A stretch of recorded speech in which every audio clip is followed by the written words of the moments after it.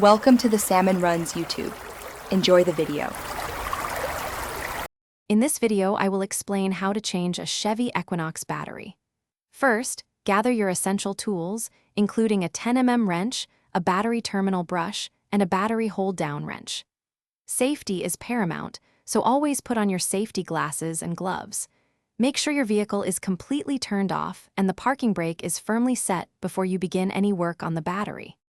Now, locate your vehicle's battery, typically found under the hood on the passenger side. Using your 10mm wrench, first disconnect the negative battery cable, which is usually black. Then, disconnect the positive battery cable, which is red. Finally, remove the battery hold-down clamp or strap that secures the battery in its tray. Before placing the new battery, take a moment to clean the battery tray and the terminal ends with your brush. This ensures a good connection.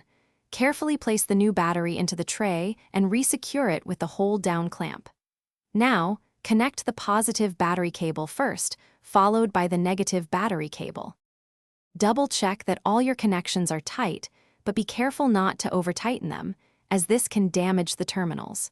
For added protection and to prevent corrosion, apply a thin layer of anti-corrosion grease to both battery terminals. Your vehicle should now be ready to start. Also, check the description for a link to the Echo Dot smart speaker and other great deals. Thanks for watching.